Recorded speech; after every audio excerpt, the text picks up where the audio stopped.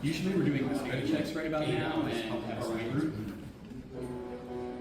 So we're going to play our little intro that's not showing up on the right screen. There we go. Welcome everybody to LoreLines Live. We are LoreLines, the online Final Fantasy online lore podcast. With me, I'm Cobram. This is Neas, we have Neela, and Ayumi. 4 out of our 7 cast members. First time we actually all met together in person, so we're super excited to be here. Let me close that. Say hi. Hi, I just sprinted here from another panel, so apologies if I am like mildly out of breath. I am Aeneas. I also go by M or Laynot. I have many names depending on the Final Fantasy game that I am in. I'm excited to be here. I don't know what else we're introing right now. Just that? Great. Intro yourself. Cool. Yourself. I did it. Hi, I'm Neela. I'm... A little closer. Oh, yes. How about that? How about that? There we go. Hi, All right. Neela. Excited to be here. I live sort of locally. I wasn't originally planning to come, and then I was like, that's a 3-hour drive. Okay, I guess I'll be there. So exciting. It's great to be here. Hello, I'm Ian Cargani, resident of Excalibur. Like them, I'm excited to be here. Usually you can find me on the streets of Ulda playing songs or just gushing about Hilda on Twitter. But If you want please to enjoy the rest of the I'll show. talk about time travel. Don't start this right now, okay? Please. There are throwable things in here. There are quite a few. And here I was going to say, good thing we have a couple people between them. Yeah, I'm realizing that the buffer was intentional. My aim is good. It was. So Yumi and I tend to be the more trolly members of the cast. He doesn't compare. Anyway, so last week we had Pyromancer on our show talking a little bit about Dawn Trail and his take on it. And how many of you have finished Dawn Trail? Almost everybody. Okay, great. So we are going to be talking about Dawn Trail. There will be Dawn Trail spoilers. Why do you look at me? Because you're holding the microphone.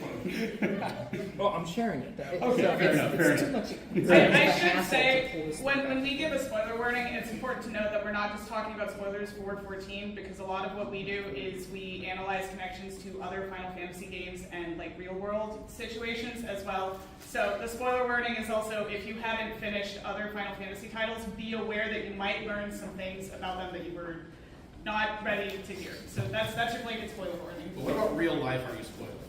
Science. Yeah. Science. If you don't believe in it, well... Yeah. So how Aeneas and I met, we met at a convention, and we started talking about 14, and we're like, you know, Aether, it's thermodynamics. And we were like, yes, let's talk about that. It was so funny because my lore specialist, my specialty is like ether physics and that sort of like breakdown both mechanically in raids and just in general through the physics of the universe. That conversation we were outside on one side of the convention center. And then somebody tried to get our attention, and we were inside, like, half a mile inside the building on the other side of the con center, and, like, time had not passed. It was the most in-character conversation, because we were both dressed as Asians of the congregation at that point in time. We just kind of got herded to the other side of the con center. Go this way, go this way. Some of the deep LoreLines lore that no one knows. So Dawn Trail was a very, I thought, interesting expansion in that, you know, it really was unfocused, but it opened a lot of doors. And I know we've talked about how I liked it personally. Yeah, I liked it a lot. It could go a lot of different directions. I feel like it's a lot like ARR in that it could go any which way from here, and it's a lot of setup, whereas most people are used to being in this payoff era of 14 where we're getting answers, we're getting things resolved. We're not in that phase anymore. We're more in the ARR, the post-patch, where it's just a lot of groundwork right now.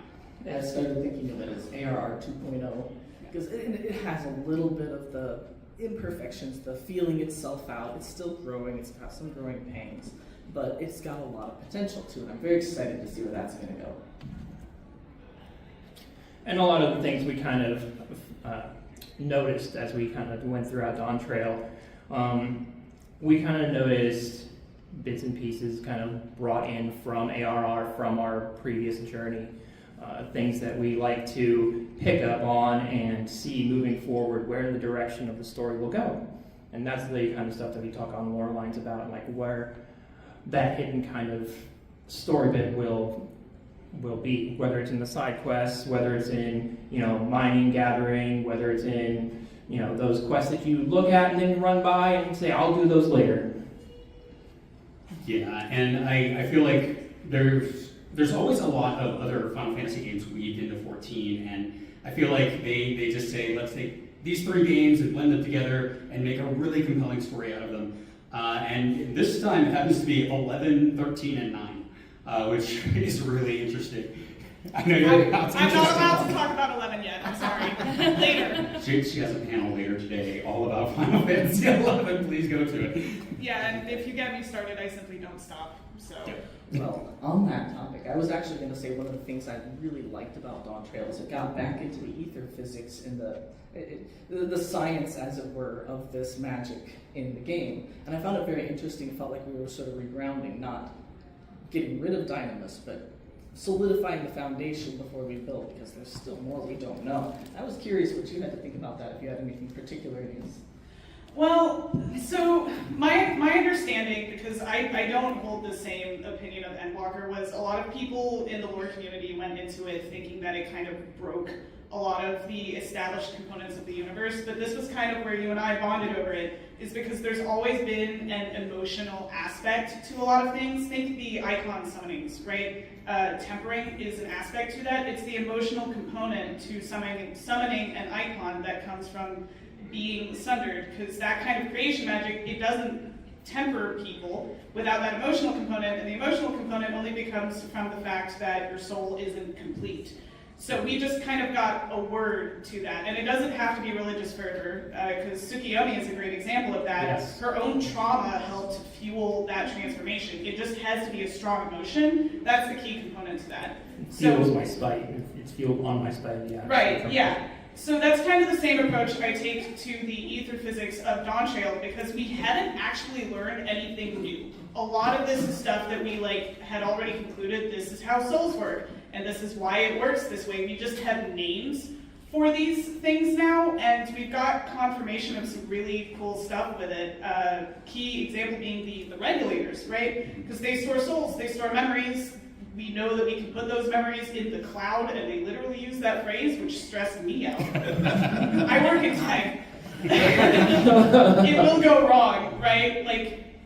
And that's also implications you can think of too, but it's the same stuff that we've talked about with convocation stones, for example. It is a facet of that. So we're finding artificial ways to do things that we've already seen. So Dawn Trail is a really fun time to go through past expansions, like even back to ARR, and find things about the universe that we already know and look at them through a new lens to see kind of where we think the story is going. Very specifically, if you replay Shadowbringers, you're going to see some very interesting things that cast a new light on them. Yeah. That's my whole thing on that. Never trust the explanation you've already been given in-game, because they're also working with the best knowledge that they have. So it is a reliable narrator situation, because you do have experts, but that doesn't mean that they comprehend the full scope of the physics. So we're always still learning more about the rules of the universe that we already have set in stone. Well, and then it's a liar.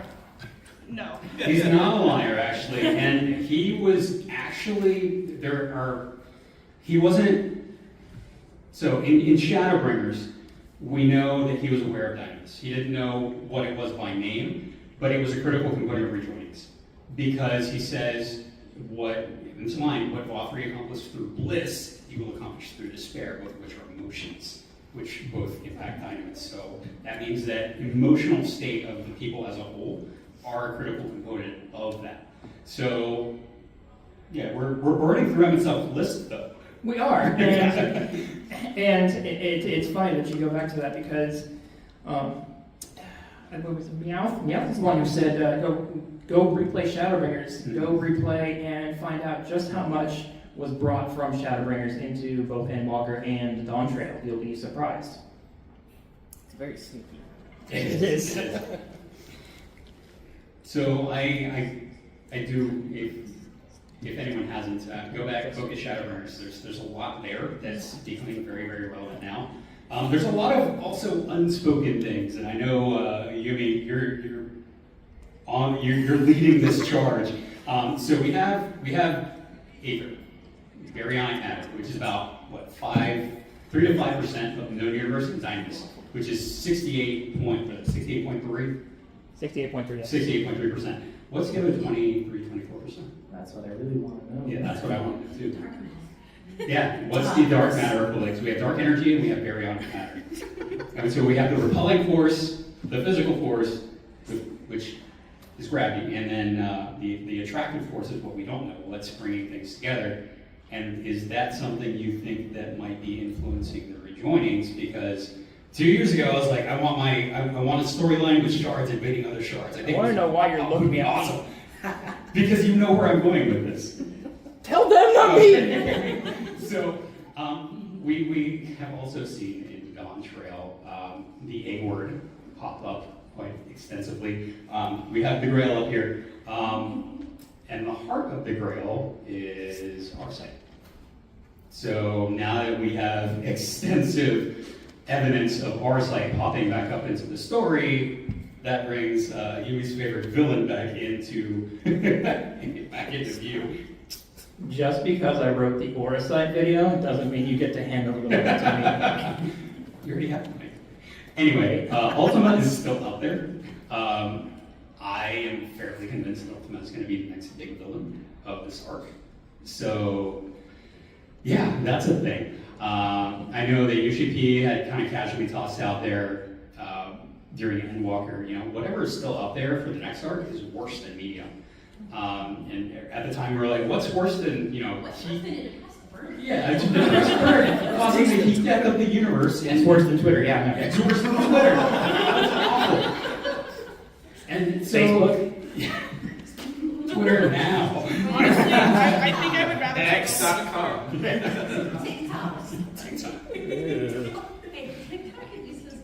So and so now we're seeing this and thinking about, what if now that we know that Ultima was around before the Sundering, thanks to Pandemonium, what if Ultima was sundered and was using the Ascians to rejoin herself along with the shards? Yeah.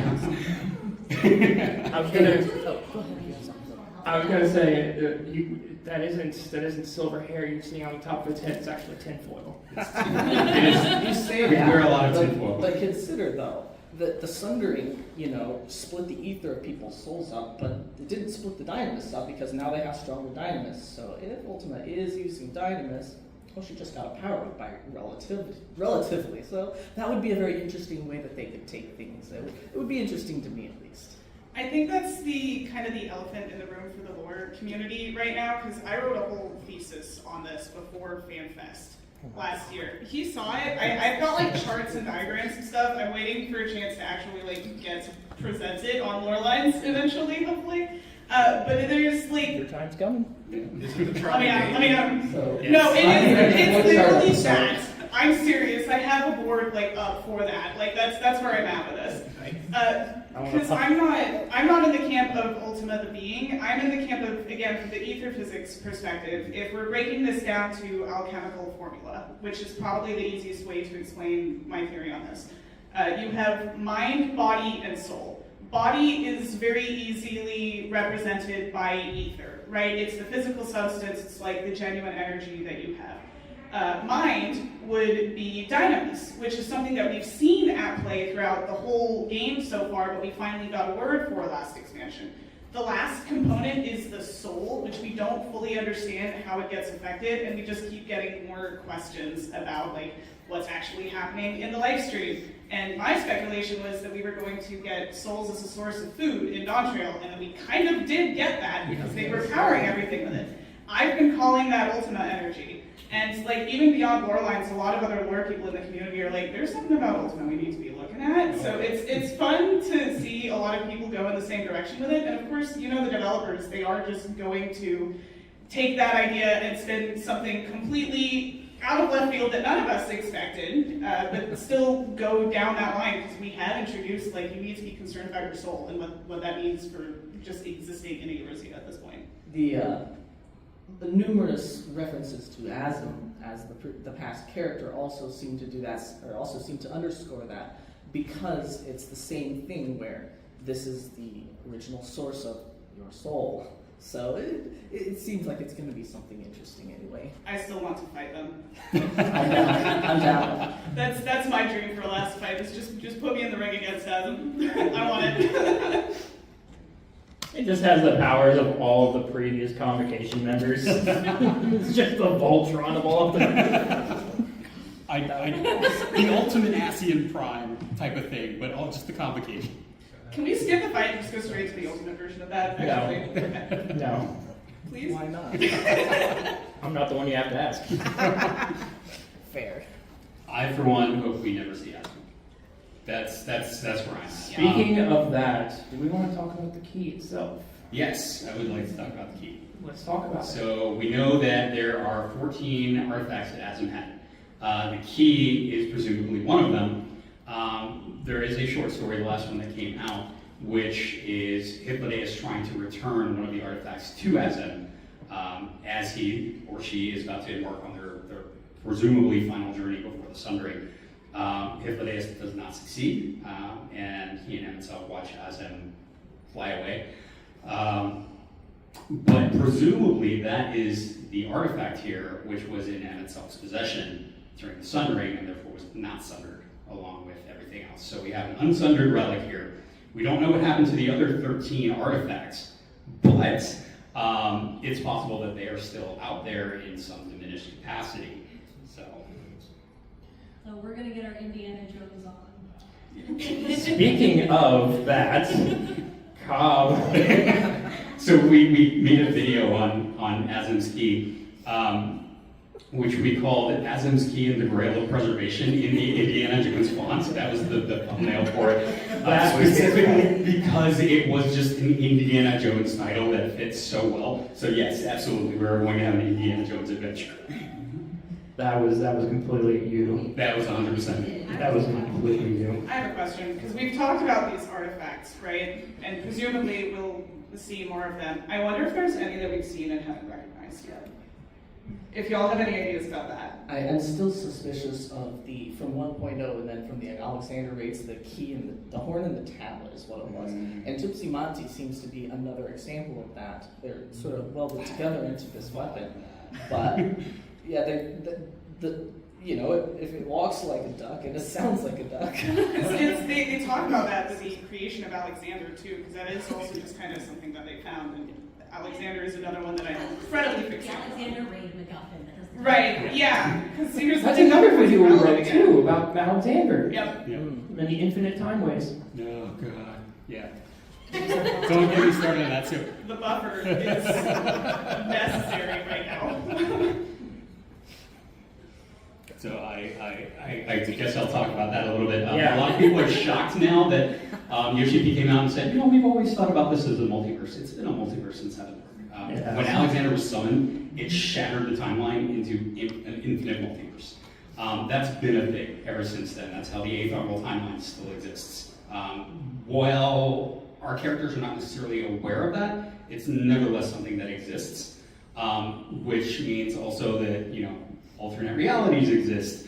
And so in the 8th Orbital timeline, and itself is presumably still alive, and it's possible we might see him. It's always again. fun to figure this out. Yeah, I really hope we don't, at least for a long time. I don't want to play with the multiverse until we've settled our stuff. Wait till we find out Captain America exists. You're gonna peek that in the 20. Yeah. At the end of that dungeon. Yeah, exactly. So, it's been out there. There have been hints of it. It hasn't been explicitly stated in game, but there have been enough hints in game that it's pretty much canon at this point. And it hurts my brain because I don't want to dive into that just yet. I mean, that's also something we talk about when it comes to lore, is it's not just like what's canon in the universe, but we also kind of talk about like what's good writing. And we kind of hold the same opinion that the second you introduce a multiverse, like it lessens the emotional impact of everything that kind of happens. I feel better about this now now, having played through 11, because they did something similar and they turned it completely on its head. And it is some of the same team that's coming back to 14 to write more of the story, but it is like a genuine concern as far as lore people goes, both because it could completely discount all of the work we've done at this point in time, but also just for the sake of story writing. It makes you a little bit nervous. I think that all three of you are just staring at me. No, well, all of you. I don't know why I keep holding this. Well, all of you, it's funny because all three of you are looking at me like, oh yeah, I bet he's going to say something about Elvis. Would he do Well, that? are you? Would he do that? Okay, so I guess I was the only one among them, or no, Todd agrees with me, so I really didn't enjoy Elvis because Oh, I of... loved Elvis. I loved Elvis. I didn't like thinking about Elvis. You didn't like thinking about it. I didn't like thinking That's about fair, it. that's fair. So, dealing with time waste, that's something I don't enjoy because I've read enough stories and I've played enough games to know that the second you start messing with time travel is where the story kind of dilutes itself. And I got the first inkling of that when the first thing that we came in and defeated in Elvis was a butterfly. Causing a butterfly effect is It's a little on the nose. A little bit. Also, if anyone doesn't know, if you don't do any side content, no leveling, no roulettes, nothing, and just level through MSQ, when M itself snaps his fingers, that's a level up. You will level up. Interesting. It's hilarious. Yeah. There was a streamer who specifically did it, M itself snapped, and it's level up. That's when the quest completed. Yeah, That's it's interesting. hilarious. But yeah, my thoughts on Elvis, I really liked it. I really liked, getting the old gang back together. Once I stopped to think about it afterwards, I was like, that is not great. Idling is now a bootstrap paradox, because where did the idea of idling come from? Us, which, we got that from, but not who got the idea from us. Yeah. So now we have a paradox in play, and oops. And then we have this whole thing of, well, did we alter the timeline when we go back? People are arguing, well, it's a time loop, but there's a multiverse in play, meaning that there's multiple timelines, meaning that by going back, we created our own timeline. So if we hadn't gone back, it would have diverged into something else. So the time travel thing has raises the same concerns for me, narratively speaking, as the multiverse does. It's the same thing. It's the lessening of impact. It's the reduction of stakes, because stakes are what really drive the story. There's a lot of stakes in Final Fantasy XIV. The world is in danger multiple times. People we care about get into danger. The stakes are high, and that keeps us excited and passionate to play. As long as they handle it in a way that doesn't diminish the stakes and make victories feel cheap or make losses that we have also feel cheap, it can be done well. I'm just watchful as a result. Yeah. It isn't always done well. I agree with all of you. I was worried about, is this going to diminish the sacrifice of characters we've had in the past? Emmett Self comes to mind. I love Emmett Self. But thinking about, Emmett Self died in Shadowbringers. But good news, here's Emmett Self 238. He's here. He's a bartender. It's fine. But he's a very That's bartender with the drowning wedge. Anyway, batter up. What? So in this timeline, he was sundered as well. No. So you just made me sad about it, so I'm just kind of stuck here for a little bit. Evil. Yeah, I mean, it's kind of the same thing, right? I've shared this with a lot of people. People love coming up to me at cons when I'm cosplaying characters that are dead, because that's kind of my MO.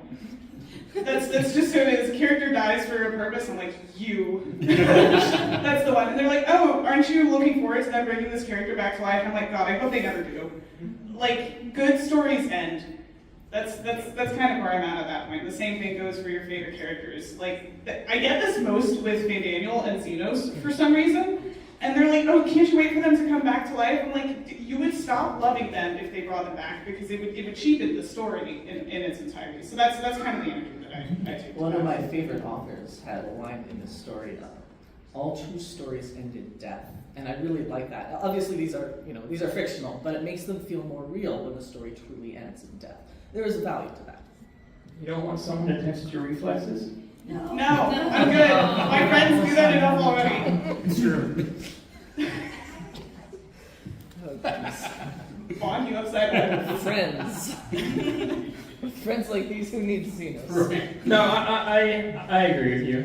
You know, all good stories must come to an end, and so do all characters, especially well-written characters.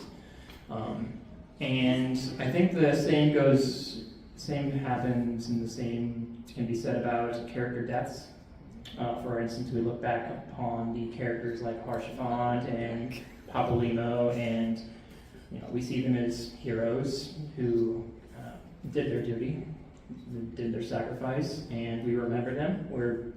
Whenever they're brought up in game, you know, we kind of get teary-eyed, and we remember what scenes impacted us most in the game. So when, you know, we have those fake outs with the Scions in game, it kind of cheapens the emotion of that scene that we were presented. The one that comes to mind would be Stoll falling into the hole and then getting snapped right back out of the live stream and into our arms. Right, and it also leads to really cool moments like I'm a raider in addition to doing lore stuff. Like I remember the week of DSR where people were desperate to save Harshavant, the amount of emotion that was coming out of the community in that moment, only to get to the end of that fight, because those fights had structure, and realize how horrifying the world would have actually been if that specific moment in time had been changed, because it led to like the slaughter of all of the dragons and like a god king pope, which is, you know, you never want the Catholic Church to take over that much. DSR right? was a very good example Right. of a singular event can change the course of the entire timeline, and this happens, and then this happens because you didn't save this person was able to do this, he was able to do this, now you have a much bigger problem. And it worked so well because they let that moment have the time that it needed to have its word. Because we not only saved Harshavant, but we saved Ysael as well. So it's their fault. Someday I'll play that. You're explaining everything today on me. But yeah, it's things happen for a reason. Amanda Aiken might disagree. She argues that our journey will never end. Neither does Sterling. I should have just changed shirts. But yeah, I agree. All good stories have a kind of finality to them, whether it's, you know, a finality of a character or Consider as a counterpoint the kinds of stories. I've noticed this in a few animes where it seems to drag on and on and on. It doesn't. It gets fulfilling or formulaic, or it gets unfulfilling or formulaic after a while. So it's a difficult thing to accept that, oh well, this story has to end at some point, but it will be better for ending well, I think, than for dragging on. Yeah, that's, again, I felt in Ultima Thule when the Signs were sacrificing themselves. I was like, okay, they'll be back. I'm fine. So it didn't really hit me. What hit me was Hippolytus and itself coming back for like 30 seconds. He's just trying to make me cry. This is a personal attack. It is. In truth, though, honestly, I felt the same reactions at the end of Endwalker. I was like, I don't see them getting rid of all the Scions in one fell swoop. If they had, I would have been emotionally devastated, which would be a change from how I usually feel about the Scions. I'm just drawn to build characters personally, but it would have wrecked me all the harder for not believing it.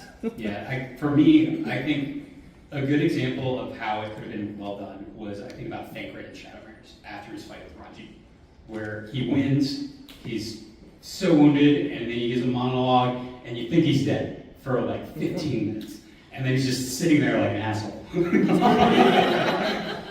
How many of you believe that they were coming back after that certain number of scenes in Ultima Thule? I thought most of them were coming back. I kind of doubted on Thancred a little bit, but I thought like the rest of them would for sure. I still cried, but It's for me that moment was about having the faith that it would happen, and that was I have such a hard time talking about this without crying. You did take a bet, I feel like. do we need to shield you? No, it's fine. But that's part of why it had the emotional impact, right? Is because you had to. It puts you in a meta position where you as a player also have to choose to have that faith, which I think is a really, really lovely touch to it. But I'm in the exact same boat as you were, because I'm like, oh, Thancred's. This man is not coming back. Well, because a lot of his. In 2 weeks from retirement. Right. Which is when they always die. Yeah, and that's the thing is, he had just kind of reached a self-fulfillment point, right? Because he kind of had let go of like his self-hatred for what happened to Minfilia, because he did bear that guilt for a lot longer than he should have, but he wasn't responsible. He had kind of reached a narrative peak where he was like a good dad, and like he repaired a lot of relationships. It was a good point where they could have killed him and made it narratively satisfying. I'm glad they didn't, because I love like Dad's sacred mariage and Dontrell just kind of like, oh yeah, we're going on an adventure. Let's drink a margarita first. Like, And he calls it, yeah, he comes back and calls himself a grizzled old bard. And I'm like, what are you talking about? What? that man is like what, Grizzled 33 age now? of 29. Yeah, I don't want that's to. right. He's yeah. Yeah, he's only 29. Yeah. I, I was going to say on this note, there's an excellent video essay by someone who talked about grief in Shadowbringers and discussed Thancred stories specifically. If you look, I believe it is just like the concept of grief through Shadowbringers. Highly recommend looking it up. It's a very good deep dive onto Thancred's character. I want to talk about the time bubble. Now that you mentioned, Why are you looking at me? Everyone looks at me. What do you want? So I for a long time I really hate the idea of a time bubble. I was like, this is you know, everything can't happen in the span of a week. There has to be some kind of downtime. And then I thought, all this raid food people are making would spoil if there was an actual progression of time, and no one would be able to, like culinarians would make a killing. You know, it stays in your inventory for 3 days, and then you have to throw it away. You're talking about the meta concept. Yeah. Yes. Time cannot pass. Right, You right. get better. You eat it and you get sick and you get Oh, debuffed. debuff. How old was this? Did we pop the time bubble when we learned about Ketram and the meteorites? We did not. No. Think so? I mean, they pegged it as 50 years prior, but 50, and then we So, also learned do- about the meteorites. Were do all of you know what we're talking about, the meteorites? No. Some? Okay. Go. Start at the All right, so, Gather requests in Dawn Trail. Do them. in Macadamia Forest, which is... I hate you. I was unprepared. In Yaktel, lower area of Yaktel, where the Mammal live, if you look at the trees, there's a lot of meteorites in the trees. If you do the Gather quest line, it explains where they came from and that they've corrupted the area with this foreign ether from outer space. There is. We're not joking. No, we're not joking. There is this whole quest line where there are these special gems. They're teardrop shaped, and you're trying to find out where they came from. And it turns out when the meteors hit, they spewed up ether, kind of like in the seventh umbral calamity. And because it was incapable of returning to the life stream, it crystallized as it was falling in the shape of a teardrop. So. I just thought that was the coolest thing. I had to yell in Discord to cop, do this. And then I did it, and I was like, that was pretty cool. Those are the same meteorites that have the little floating sort of soul-looking things around them too. Yeah. I hadn't realized it was only around them until I think it was Harden pointed it out, and I was like, oh crap, oh that doesn't seem good. And You know, there's a magnet thing at the very beginning when we're first introduced to him. Aaronville, the names. Aaronville takes and puts a piece of metal up to it and it sticks. And I was like, oh, that's cool. Now I'm wondering if there's more to it.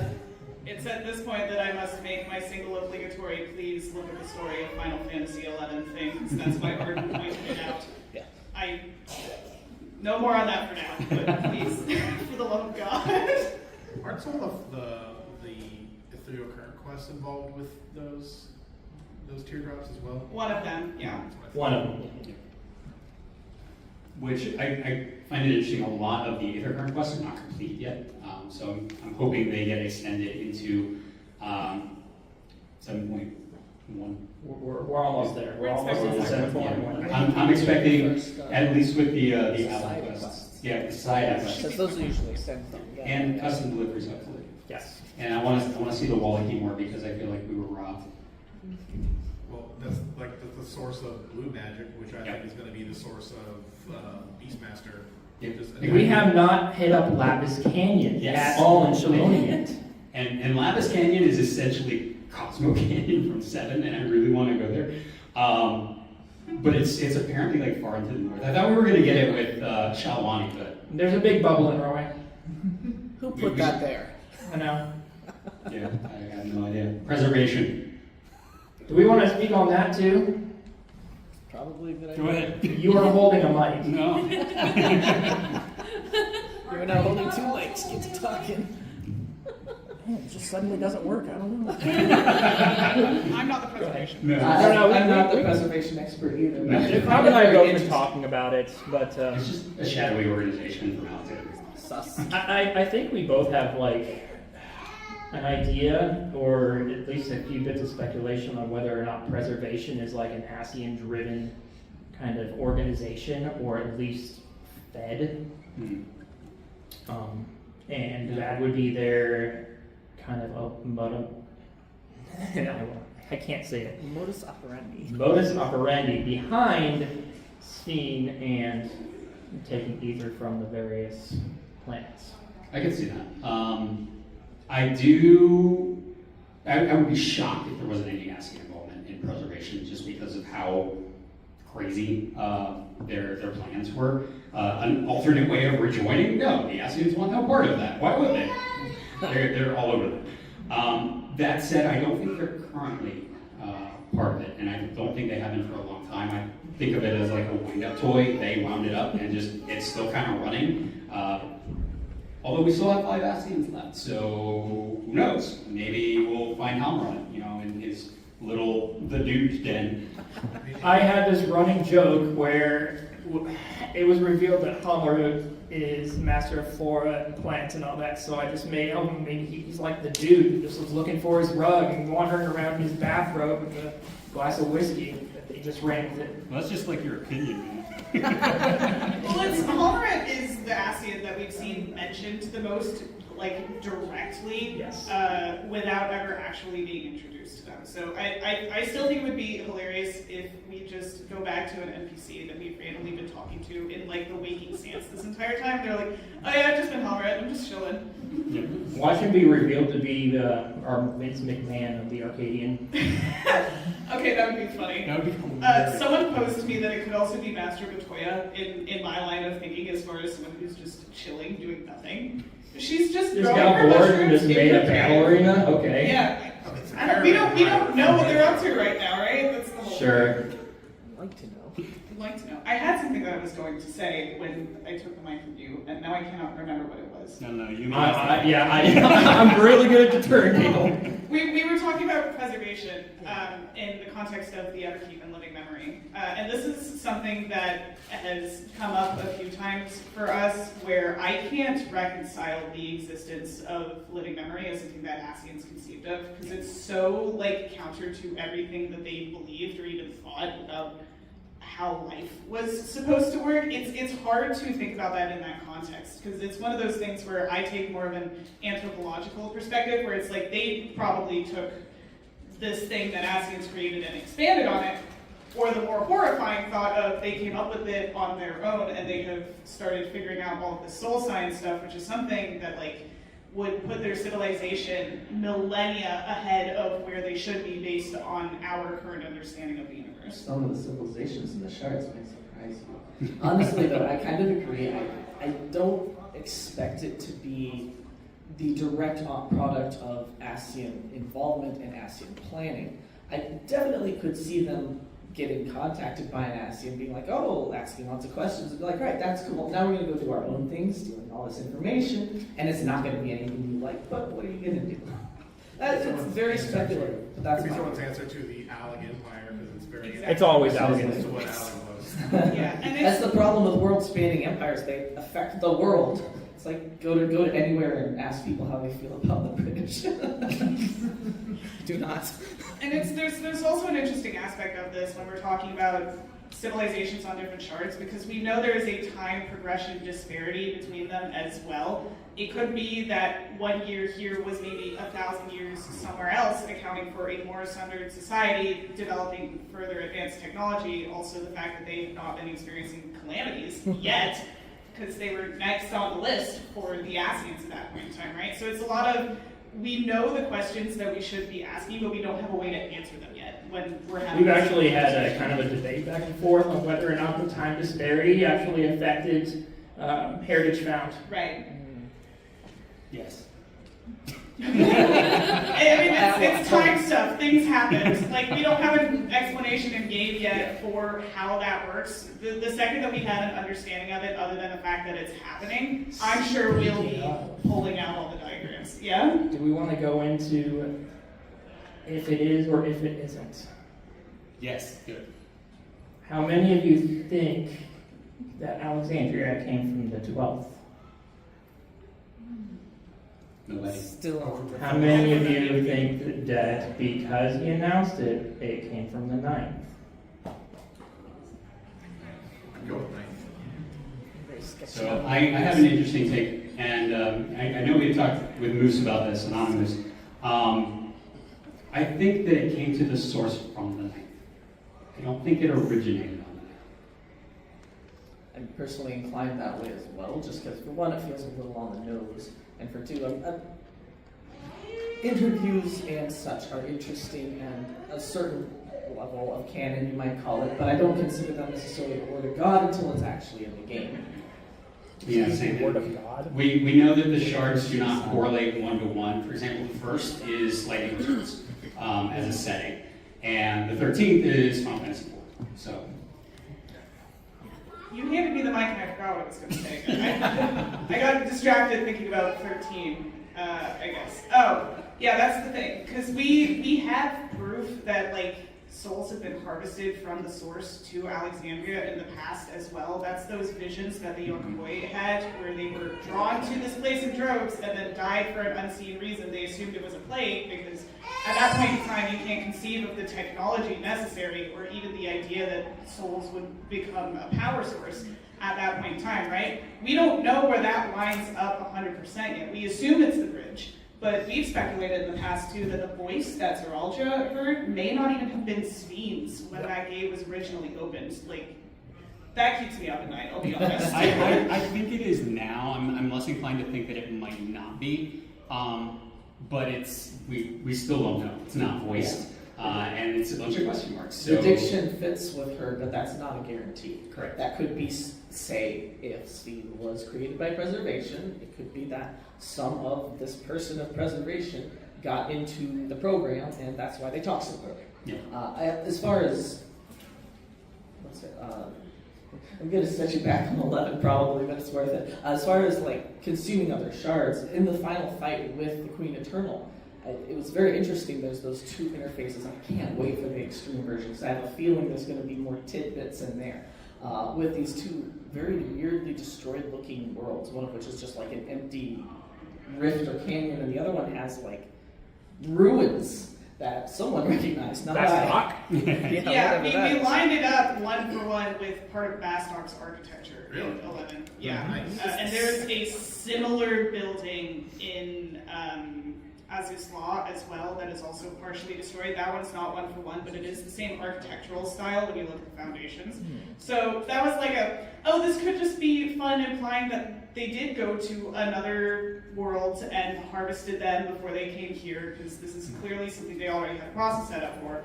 Or it could be hinting at something bigger, because it's not the first thing in the MSQ where they directly go like, hey, here's an 11 thing pretty explicitly. It is worth it to go back through these dungeons and go do your sightseeing log and just kind of read or just kind of go sightsee and different things. Because normally you're going through the dungeons and you're pulling wall to wall or just kind of speed running the thing just to get your tomes, right? Well, going to an explore mode is you'll find some neat things. A good one is what is it? The Tender Valley. Who's not done Tender Valley? Okay, everyone's done it. Good. You were waiting for that, didn't you? No, I wasn't. But no, it's talking about the Great Serpent and how it's pretty much the guardian between the shards. So now we have this whole thought process, or I had this thought process of, like the Lockrites, the Great Serpent is something that Hyland created to maintain the walls between shards. I know, I'll take my tinfoil hat. It's already on, you can't get it off. No! No, I was patting you consolingly on the shoulder. Yeah. Because I know that keeps you up at night. It does, it I was does. so angry there wasn't a minion in that dungeon. Right? Yeah. That would have been good. We need more screen minions where they just keep replacing the hats. Exactly. True. No. Another one I suggest looking through is Origenics with the soul and memory separation process. Yeah, they talk about it when you stop to read. I know that it's hard to do that if you're running through with other people, but you should still be able to access those in Explorer mode. Yes. They explain pretty succinctly the actual process that goes into separating the soul from the body. I also find it, personally, I like to run dungeons the first time with trust, because then no one sees me make a fool of myself. And also, usually there's little tidbits they'll say, or little, they don't mind if I stop and read the logs. So that's another possibility if you want to go through it, and especially get a little commentary from the NPCs who were there with you canonically, or however you want to see it. It's also so hard with my squishy DPS. Yeah. That's why you. I don't want to spend 30 minutes in a dungeon. No, you just sit back as a healer, you go make a sandwich, come back, clear one pack, and then you just pull into the next one, and you just gotta fight bosses. You really like this AI stuff, don't you? What? So, on the topic of orogenics, so we learned that if the soul isn't cleansed of all the memories properly, it kind of screws up the person that the soul goes to. I really want to see that. Play 11. Are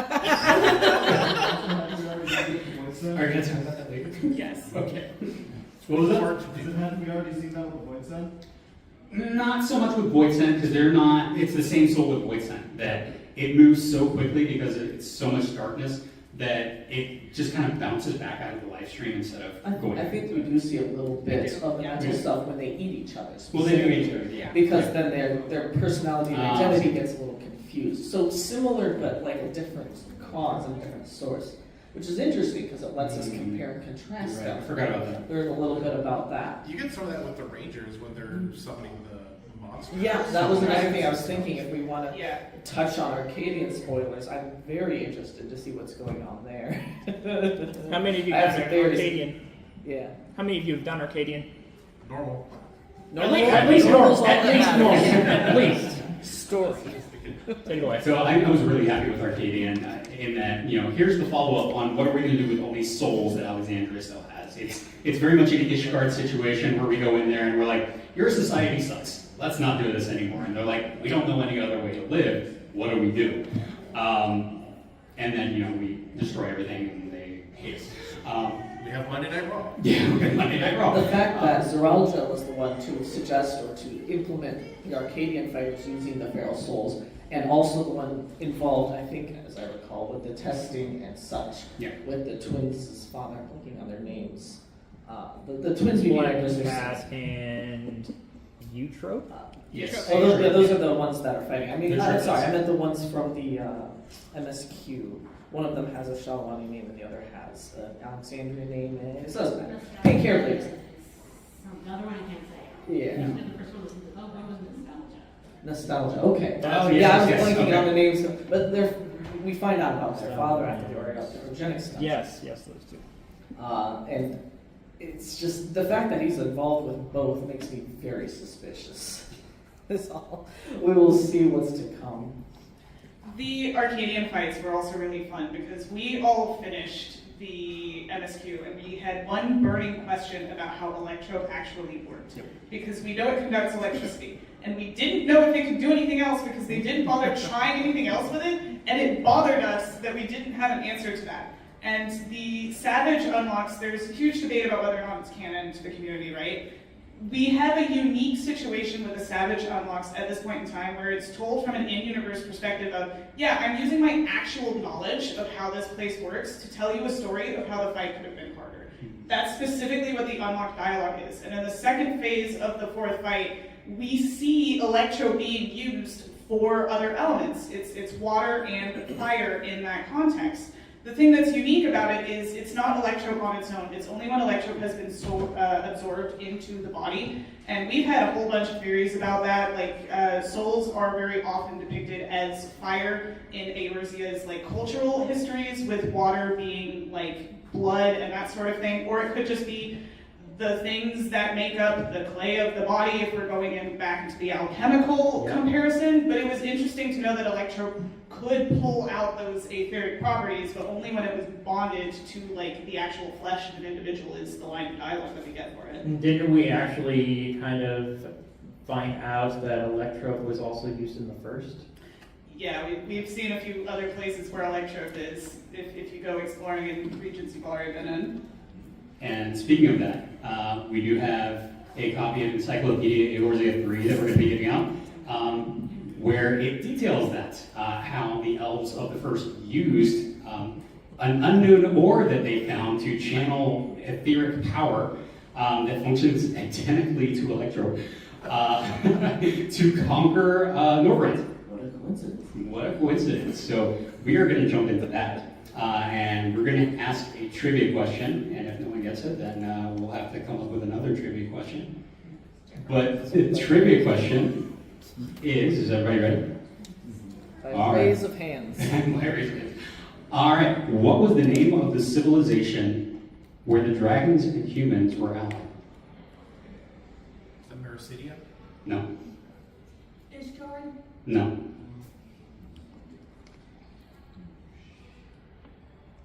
See people on their phones. I mean, that seems like Quick, a look it up. legitimate strategy. No, not Maha. No. Yes. Dadner? What was that? Was it Dadner? Dadner? No. No. This was the Proto-Ishgardian civilization before Ratatoskr was killed.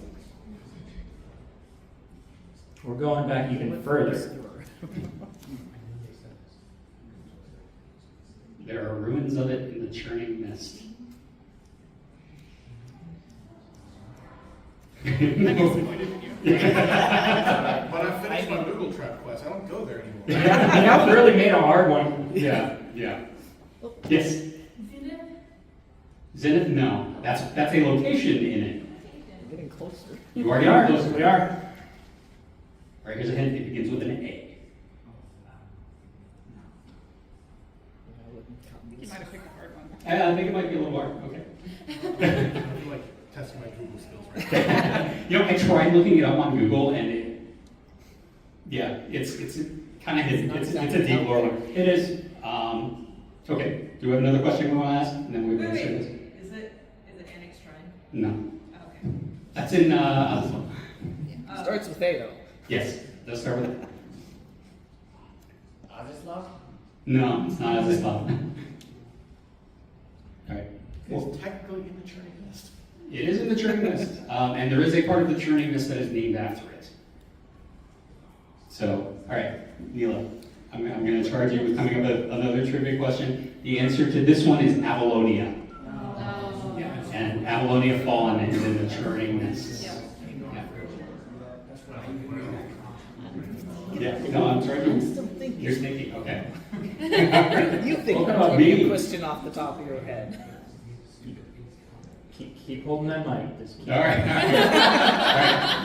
I'm going to ask a complication question then. What is the constellation related to Olympus? Oh, Phaeacious. Correct. Yes. Congratulations. You are the proud new owner of this unopened copy of Encyclopedia Eorzea 3. Great job. So we are actually out of time. We have to make space for the next panel after us, but thank you all so much for joining us today. Had a great time with all of you. We have LoreLines stickers if you're interested in getting one, and please remember to check out our podcast. We are live every Saturday, usually at 9 Eastern, but you can check out our VODs. It's basically us just talking and, you know, Nerding out about whatever the topic 14. today is. me trolling the cast, you know. Are you on a podcatcher of choice? A podcatcher. We're usually on Twitch and YouTube. So, We haven't really negotiated with like anything like Spotify or anything like that. right. So- We've been looking at an audio engineer, which we desperately need, but we can't find Talking anyone. about it, not doing it. All right. Thank you again, everybody. Does everybody want to say bye? Take care, everyone. Thank you, everybody. If you'd And like be a sure to sticker, check out Aeneas' Final Fantasy 11 panel. I love a sticker. 4 o'clock. 4 o'clock.